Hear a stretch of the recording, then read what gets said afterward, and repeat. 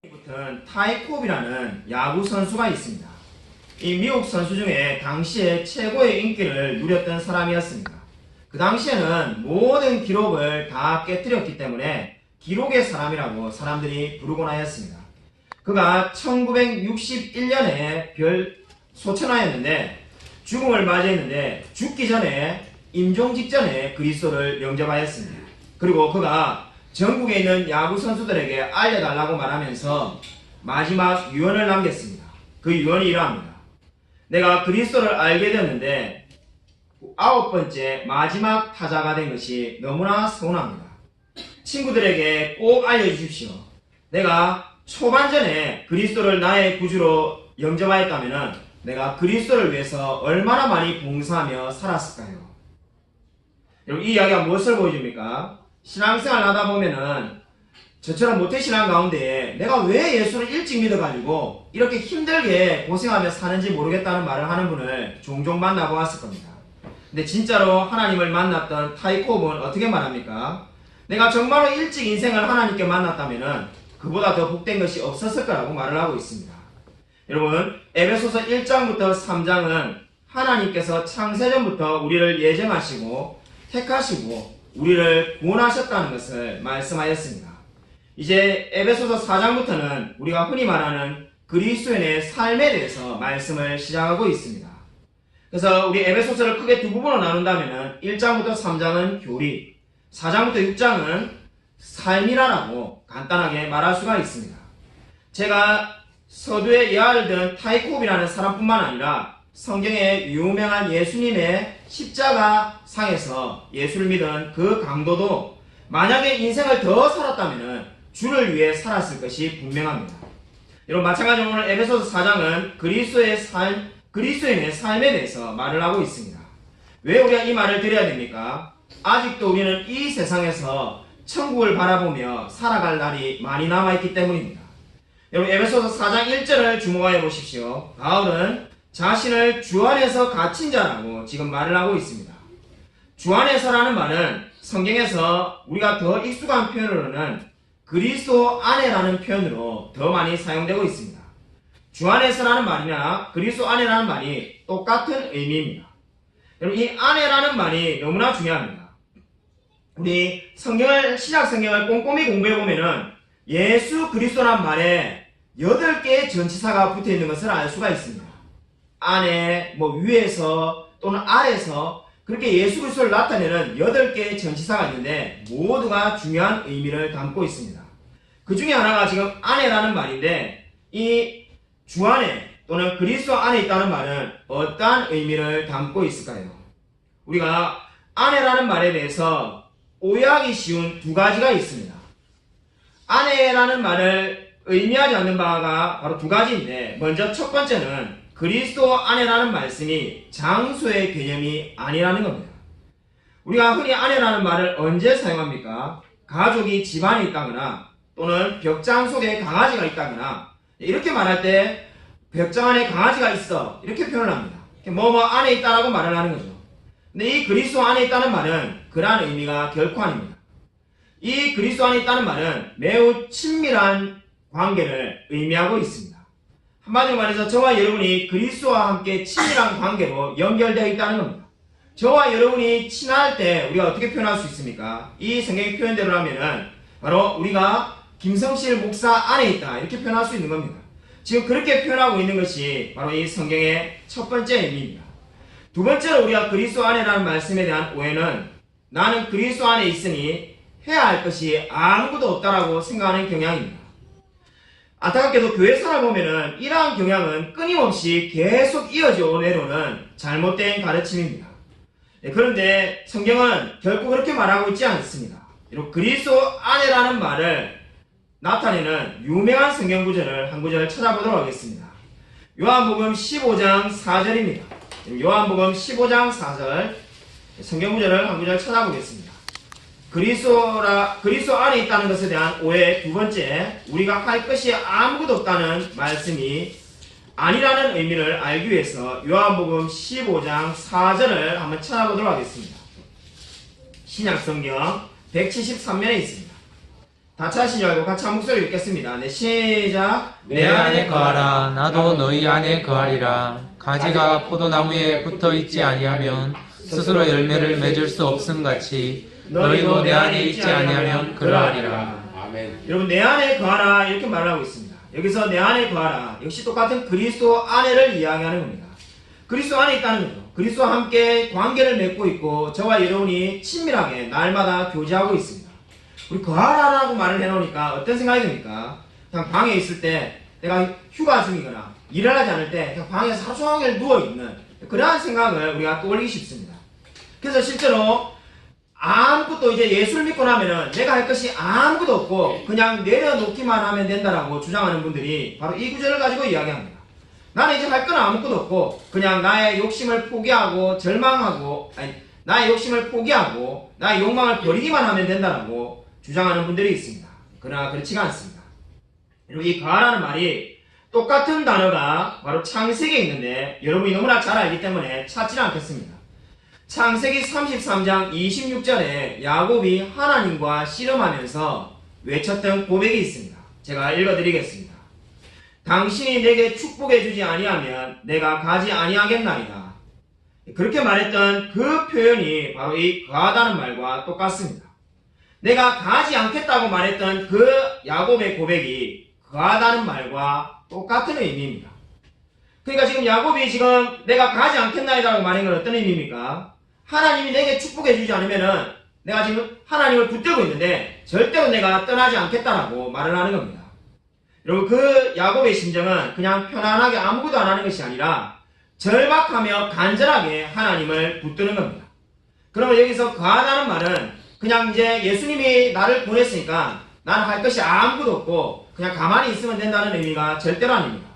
저와 여러분을 물론 하나님의 은혜로 보냈습니다. 그렇기 때문에 우리는 이제 어떻게 하라는 겁니까? 간절하게 하나님을 붙들며 매달리라는 것이 바로 거하라는 말의 의미가 되겠습니다. 바로 그리스도 안에 있다는 말씀의 의미도 마찬가지입니다. 저와 여러분이 그리스도 안에 있는데 이제 뭘 해야 된다는 겁니까? 간절하게 하나님을 붙들라는 겁니다. 그것이 바로 지금 에베소서에서 하나님의 진리 교리에 대해서 1부터 3장까지 다 말씀이 끝나고 난 다음에 이제 그리스도인의 삶을 이야기하면서 주 안에서 갇혔다라고 말을 하는 이유가 되겠습니다. 바울이 주 안에 있다는 말이 어떤 아닙니까? 그것은 바로 이제 주님을 위해서 내가 간절히 닮으며 살아가야 된다고 말을 하고 있습니다. 여러분, 다시 에베소서 4장으로 한번 돌아와 보십시오. 4장 1절에 보시면은 바울은 지금 주 안에 거하고 있습니다. 그것이 제가 이미 지금 방금 말씀을 드린 것처럼 그냥 아무것도 할 것이 없다는 것이 아니라 내 모든 마음을 다하여 나의 힘을 다하여 주님을 닮아가기 위해서 애써야 된다는 의미가 그 주 안에라는 말 안에 포함되어 있다라고 이미 설명을 드렸습니다. 그러면은 하나님은 왜 바울과 에베소 성도를 부르셨을까요? 그 부르신 목적이 무엇입니까? 바로 합당하게 행하라고 불렀다라고 4장 1절에서 말씀하고 있습니다. 합당하게 행한다는 게 뭘까요? 합당한다는 말은 동등한 가치를 지니고 있다는 겁니다. 여러분, 합당하다는 말 옆에다가 그렇게 써놓으십시오. 동등한 가치를 지니고 있다는 겁니다. 뭐가 동등한 가치를 지니고 있다는 겁니까? 이것은 위대한 설교자 로이드 존스 목사님이 잘 설명하였는데 두 가지를 지금 비교하고 있다는 겁니다. 바로 1장부터 3장에 하나님의 말씀, 그 교리와 저와 여러분의 그리스도의 삶이 동등한 가치를 지니고 있다는 의미가 되겠습니다. 그러나 합당하게 행하라는 의미는 마치 저울을 지금 연상하고 있습니다. 요즘은 전자저울인데 옛날에 있었던 저울 어떻습니까? 한쪽에 무거운 걸 올리면은 이게 올라가고 내려가고 이래야 됩니다. 근데 똑같이 저울을 올려놓고는 일치돼야 된다는 겁니다.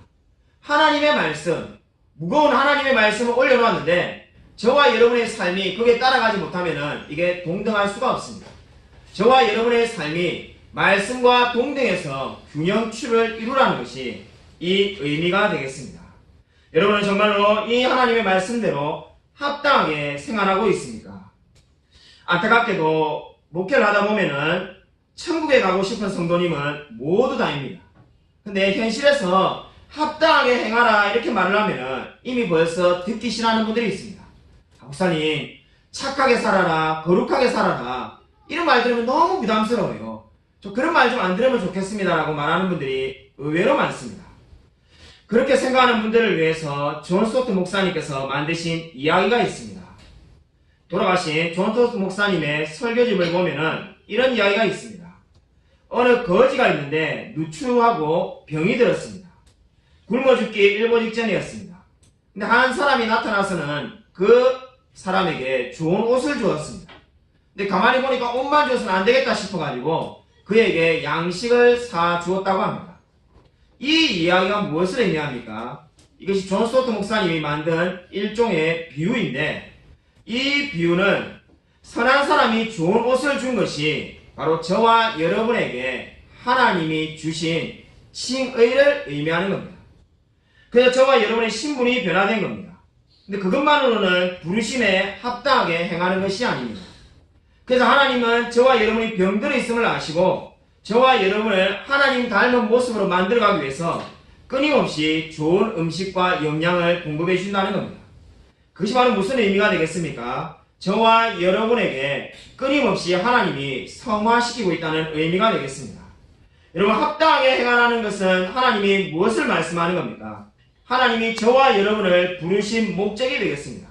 저와 여러분을 부르신 목적이 그냥 예전처럼 그대로 재짓고 살라고 하나님이 부른 것이 아닙니다. 바로 하나님을 닮아가서 거룩하게 살라고 하나님이 부르셨다고 말씀하고 있습니다. 영국에 스로스트라는 제수가 있었습니다. 그는 40년 동안 교도소에서 생활을 했다고 합니다. 얼마나 악한 사람이었든지 말을 잘 듣지 않아서 교도소에 있는 가장 무서운 형벌인 채찍으로 50번씩 맞는 형벌을 8번이나 맞았다고 합니다. 그러니까 교도소 안에서 말을 듣지 않는 사람에게 채찍으로 50대씩 때리는데 그 형벌을 8번이나 맞았다고 합니다. 무려 400대나 맞았지만은 그는 늘 재짓기를 절개하였다고 합니다. 근데 그래서 그 사람을 본, 스로츠키를 본 모든 사람들이 이 사람은 그 누구도 바꿀 수 없다라고 늘 말하곤 하였다고 합니다. 그러다 어느 날 그가 구세군 교회에 사는 사람들이 사는 곳에 하루 지내게 되었습니다.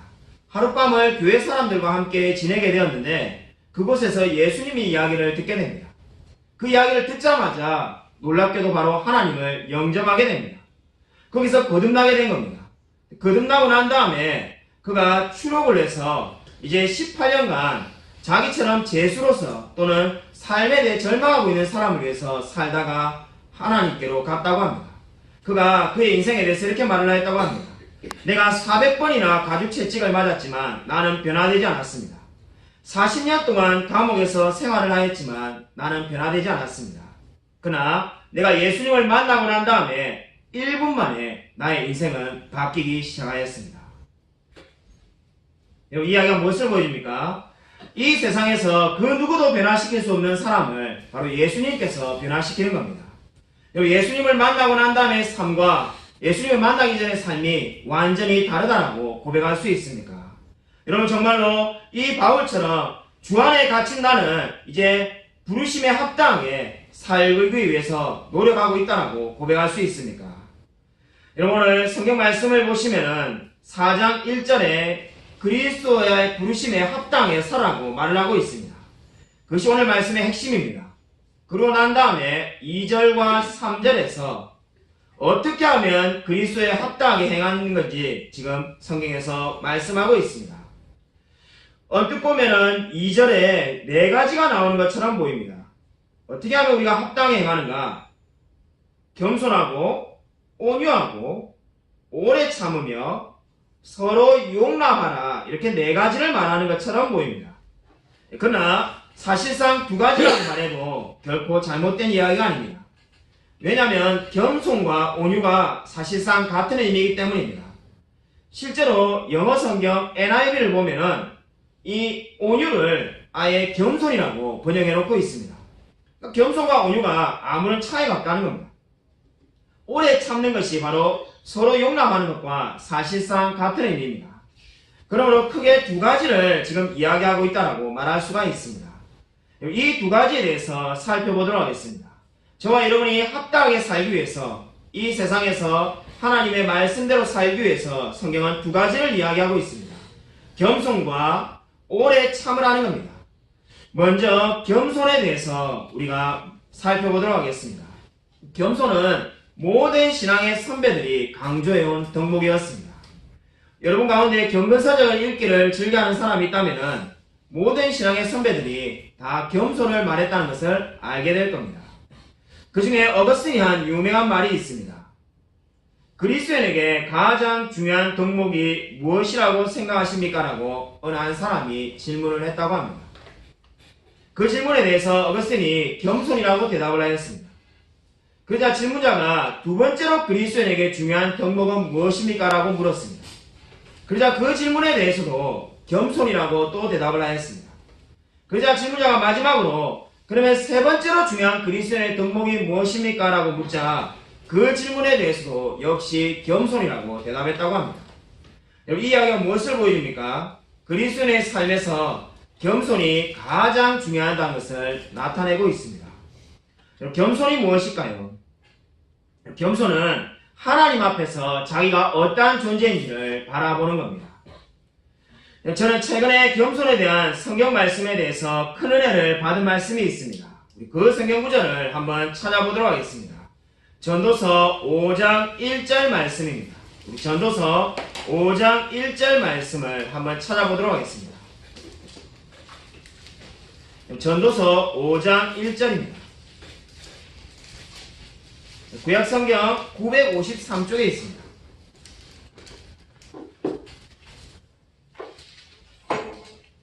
구약성경 953쪽 전도서 5장 1절을 한번 찾아보도록 하겠습니다. 전도서 5장 1절 같이 하시지 말고 같이 한 목소리 읽겠습니다. 네, 시작. 너는 하나님의 집에 들어갈 때 내 발을 삼갈지어다. 가까이 하여 말씀을 듣는 것이 우매한 자들이 재물을 드리는 것보다 나으니 그들은 악을 행하면서도 깨닫지 못함이니라. 아멘.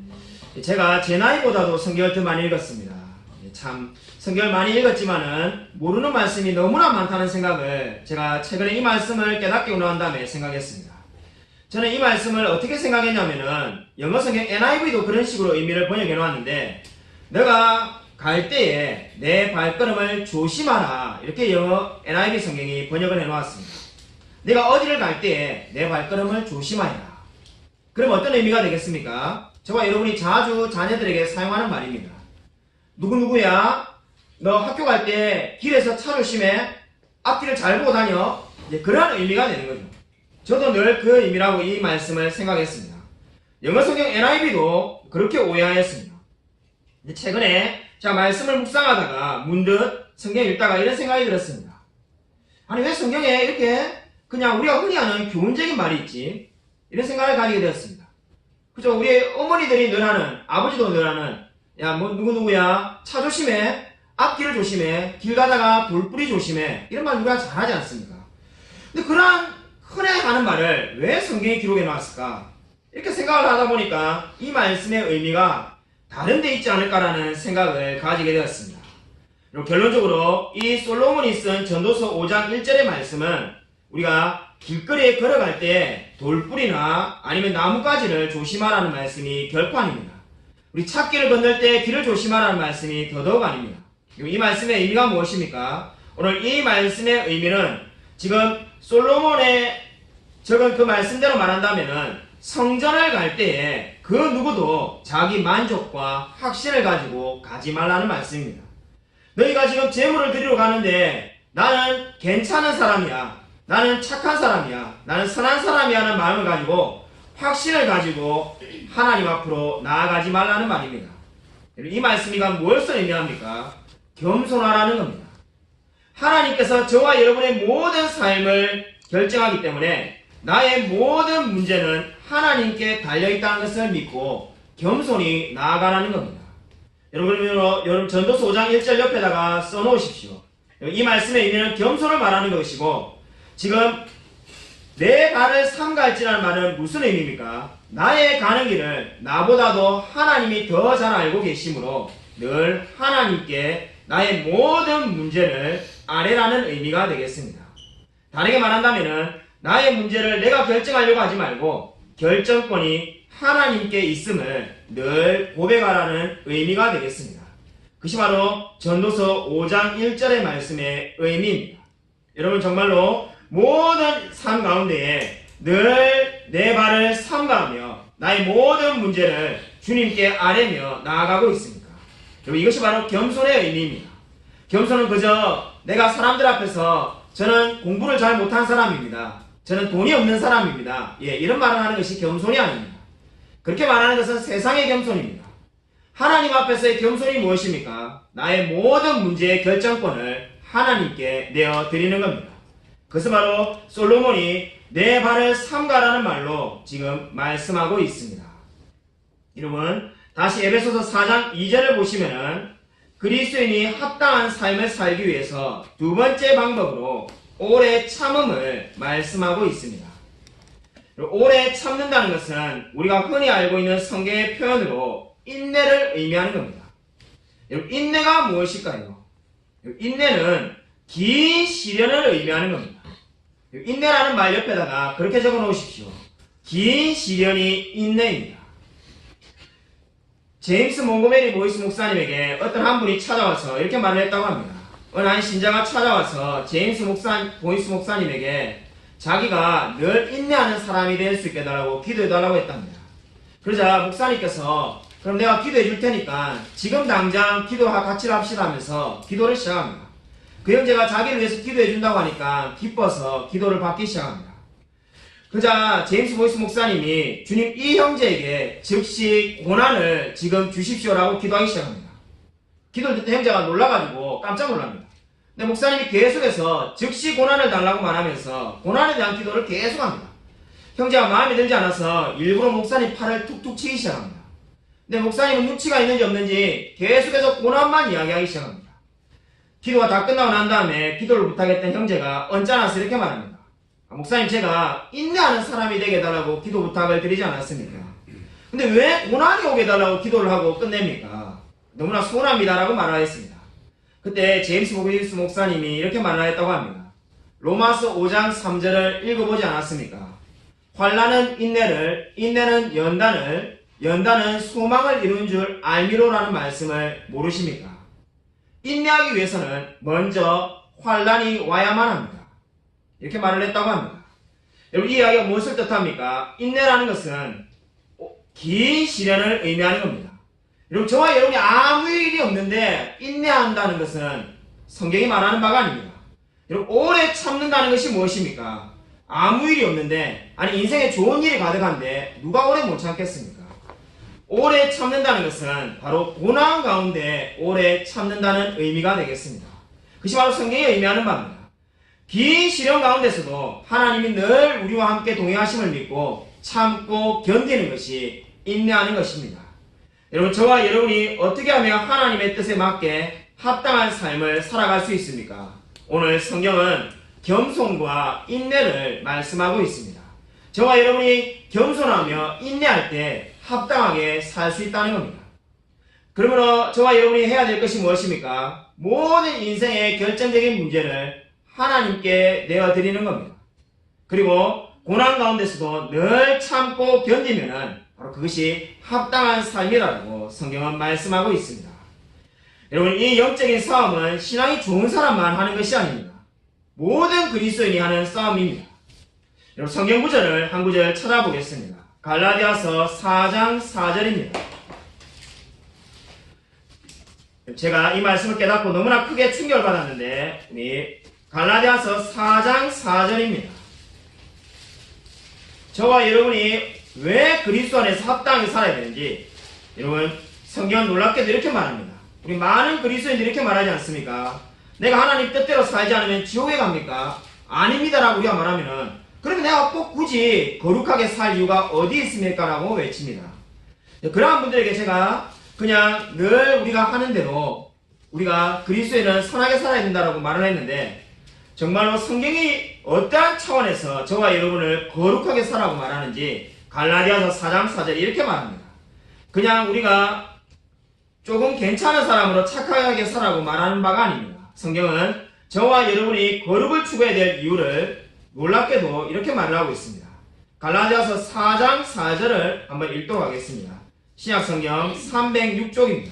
함께 읽겠습니다. 네, 시작. 때가 참에 하나님이 그 아들을 보내사 제자에게서 나게 하시고 인류가에 나게 하신 것은 아마 읽고 난 다음에 여러분 그렇게 생각했을 겁니다. 우리 목사님 오늘 성경 문제를 잘못 읽으라고 한 거 아닌가? 지금 그리스도의 삶을 이야기하는데 누가 봐도 지금 이 말씀은 하나님에 대한 말씀인데 하나님의 뜻, 계획 이런 데 대한 구절인데 성경 구절을 잘못 찾은 게 아닌가라고 아마 여러분 생각하는 분이 있을 겁니다. 그렇지가 않습니다. 때가 참에라는 말에다가 여러분 밑줄 읽어두십시오. 때가 참에라는 말이 우리가 성경에서 흔히 사용되는 경륜이라는 말과 똑같은 의미입니다. 어떤 성경에는 그냥 경륜이라고 써있고 또 어떤 데는 때가 참이라고 써있고 근데 그 두 단어가 다 똑같은 의미입니다.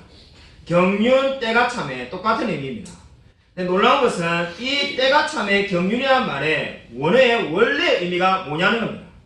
놀랍게도 이 원래의 의미가 직분이라는 의미를 담고 있습니다. 거기다가 직분이라고 써놓으십시오. 직분은 그냥 집사, 장로, 권사 같은 그런 직분만 말하는 게 아니라 저와 여러분이 뭐 주방공사를 한다든지 아니면 섬긴다든지 모든 일을 맡고 있는 그 일을 직분이라고 하는 겁니다. 근데 원래 원의 의미는 직분입니다. 근데 직분인데 왜 때가 참이라고 번역을 해놓았는가? 이 말씀은 어떻게 우리가 해석이 되냐면은 하나님의 차원에서 이 단어가 쓰여질 때는 어떻게 되는 겁니까? 이것이 바로 경륜이 되는 겁니다. 그러니까 이 직분이라는 이 때가 참이라는 이 단어는 하나님의 입장에서 설명할 때는 그 직분이 최종 결정자가 됩니다. 하나님의 직분은 뭐라는 겁니까? 최종 결제자다. 하나님이 원하시는 대로 이 세상 운행해 가시니까 최종 결제자로서 직분을 내리십니다. 그러니까 하나님이 어떻게 되시는 겁니까? 바로 하나님의 경륜, 하나님의 때 이렇게 말을 하게 되는 겁니다. 그런데 이것이 바로 우리 사람에게 오면 어떻게 되는 겁니까? 저와 여러분에게 하나님이 주신 직분이 되는 겁니다. 그것이 바로 성경이 말하는 의미가 되겠습니다. 여러분 성경의 의미를 한번 보십시오. 저와 여러분에게 거룩한 삶을 살아가라고 하면서 합당하게 살아가라고 하는데 어떤 차원에서 말하는 겁니까? 하나님의 경륜과 일치되는 직분을 저와 여러분에게 하나님이 주셨다는 겁니다. 저와 여러분이 그냥 예수 믿고 난 다음에 그냥 내가 좀 착하게 살아도 되고 안 살아도 되고 이런 차원이 아니라 하나님의 놀라운 경륜과 일치하는 것이 저와 여러분에게 주신 직분이라고 성경은 말을 하고 있습니다. 여러분 성경을 보십시오. 성경을 보시면은 모세, 아브라함, 바울 모든 인물들에게 그들에게 계획이나 그들에게 비전이나 이런 것은 아무도 없었습니다. 여러분 성경의 모든 역사는 사람이 세운 것이 아니라 하나님이 세운 겁니다. 그러면 그들은 무엇을 했습니까? 성경에 있는 모든 인물들은 그 하나님의 경륜에 따라서 바로 하나님이 주신 직분을 따라 자기의 맡은 역할을 수행했을 뿐입니다. 아브라함은 하나님의 말씀대로 하나님을 믿고 의지하며 살았습니다. 모세도 하나님의 말씀대로 출애굽하며 나아갔습니다. 다윗도 마찬가지고 그 모든 성경 인물이 마찬가지입니다. 저와 여러분이 왜 합당한 삶을 살아야 됩니까? 바로 그것이 하나님께서 우리를 향하신 놀라운 경륜이며 그 경륜에 참여하도록 저와 여러분에게 직분을 주었기 때문입니다. 여러분 이 위대한 말씀 앞에 여러분의 모든 생각들을 굴복시키십시오. 저와 여러분이 거룩하게 살아도 되고 안 살아도 되고 그러한 차원이 아닙니다. 저와 여러분은 하나님의 경륜을 이루는 자로 부르심을 받았습니다. 여기 이 세상에서 삶은 크게 두 가지가 있습니다. 한 부류의 삶은 자기가 원하는 대로 살아가며 생각하는 삶입니다. 또 한 부류의 삶은 하나님의 경륜대로 자신이 받은 직분을 감당하며 살아가는 삶이 바로 또 하나의 삶이 되겠습니다. 두 가지 삶에 대한 예를 여러분에게 말씀드리고 오늘 말씀을 맺고자 합니다. 2018년 6월 불과 몇 개월 전에 미국의 CNN 방송이 앤서니 브루댕이라는 유명한 음식 평론가가 자살하였다고 보도하였습니다. 이 앤서니 브루댕은 2000년에 12개국에 번역된 책을 낼 정도로 셰프로 유명한 사람이었습니다. 요즘 우리가 먹방 유행에서 셰프들을 다 존경하죠. 세계적인 셰프가 앤서니 브루댕이었습니다. 그가 61세의 나이로 프랑스의 한 호텔에서 목을 매고 자살을 하였습니다. 수많은 사람들이 그가 왜 자살을 하였는지 의아해했습니다.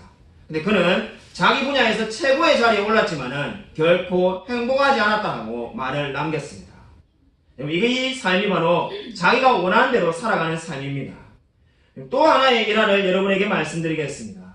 1869년에 프렌티스는 결혼한 지 11년 만에 얻은 두 아이가 전염병으로 죽게 됩니다. 결혼해서 11년 만에 두 아이를 겨우 얻었는데 아이를 얻자마자 전염병으로 아이들이 다 죽게 됩니다. 아이를 땅에 묻고 난 다음에 얼마나 낙심이 되든지 프렌티스가 그 무덤 앞에서 일어나지도 못합니다. 얼마나 충격을 받았든지 계속 울면서 밤을 지새 판국입니다. 기도하고 기도하는데 그 마음 가운데 그러한 마음을 하나님이 주십니다. 프렌티스야 많이 슬프냐? 슬픈 정도가 아니고 하나님은 억울합니다. 제가 도대체 왜 자녀를 잃어야 됩니까? 라고 말을 합니다. 그 마음 가운데 그러한 마음이 드는데 하나님께서 그 마음 가운데 이러한 마음을 주십니다. 나도 독생자 예수를 사람들을 위해서 잃었다라고 말을 합니다. 근데 내가 슬퍼하는 모습을 성경에서 본 적이 있느냐라고 말을 합니다. 그때 프렌티스가 가슴을 치며 회개하게 됩니다. 주님, 저는 세상의 기쁨만을 위해서 일했습니다. 제가 이제 주님만 바라보겠습니다. 내가 세상의 모든 소원을 바라보지 않고 오직 하나님만 바라보며 살겠습니다라고 고백합니다. 그리고 그 사람이 찬송시를 쓰는데 그것이 바로 내 구주 예수를 더욱 사랑이라는 유명한 찬송가입니다. 여러분, 그 프렌티스가 바로 자신의 삶을 이제 온전히 주님만 바라보겠다며 결심하며 지은 찬송가가 내 구주 예수를 더욱 사랑입니다. 여러분, 어떠한 삶을 살아가고 있습니까? 한 번뿐인 내 인생 내 마음대로 살아가겠다고 결심하면은 그것이 믿지 않는 비그리스도인과 똑같은 삶이 됩니다. 하나님의 놀라운 경륜이 있음을 바라보십시오. 저와 여러분을 구원하신 그 하나님의 경륜이 있습니다. 그리고 놀랍게도 그 일에 하나님께서 우리를 참여시킨 저와 여러분이 받은 직분이 있음을 기억하십시오. 아무쪼록 그리스도로 인해서 받은 구원을 늘 감사하며 겸손과 인내로 합당한 삶을 살아가는 저와 우리 모든 성도님이 되시기를 주님의 이름으로 간절히 축원드립니다.